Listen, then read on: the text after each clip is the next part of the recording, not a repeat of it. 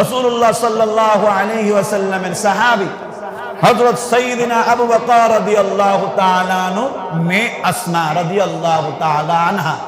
সাইয়্যিদিনা আবু বকর রাদিয়াল্লাহু তাআলা আনহুর আরেকজন স্ত্রীর এই কন্যা ছিলেন, যার নাম হচ্ছে কুতাইলা। কুতাইলা হচ্ছে সাইয়্যিদিনা আবু বকর রাদিয়াল্লাহু তাআলা আনহুর স্ত্রী, আর কুতাইলার সন্তান হচ্ছে আসমা রাদিয়াল্লাহু তাআলা আনহা। সাইয়্যিদিনা আসমা রাদিয়াল্লাহু তাআলা আনহা রাসূলুল্লাহ সাল্লাল্লাহু আলাইহি ওয়াসাল্লামের সাথে মদিনায় হিজরত করে চলে গিয়েছে।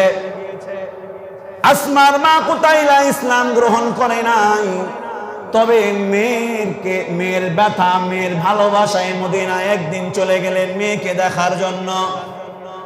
কুতাইলা গিয়ে আসমাকে দেখার জন্য মদিনার অলিতে গলিতে ঘুরে বেড়ায়।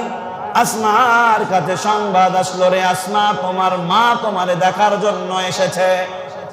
আসমা মায়ের সাথে দেখা না করে রাসূলুল্লাহ সাল্লাল্লাহু আলাইহি ওয়াসাল্লামকে গিয়ে জিজ্ঞেস করে, ইয়া রাসূলুল্লাহ, আমার মা মক্কা থেকে মদিনায় এসেছে শুধুমাত্র আমার দেখার জন্য, আমি কি আমার মায়ের সাথে দেখা করতে পারবো কিনা?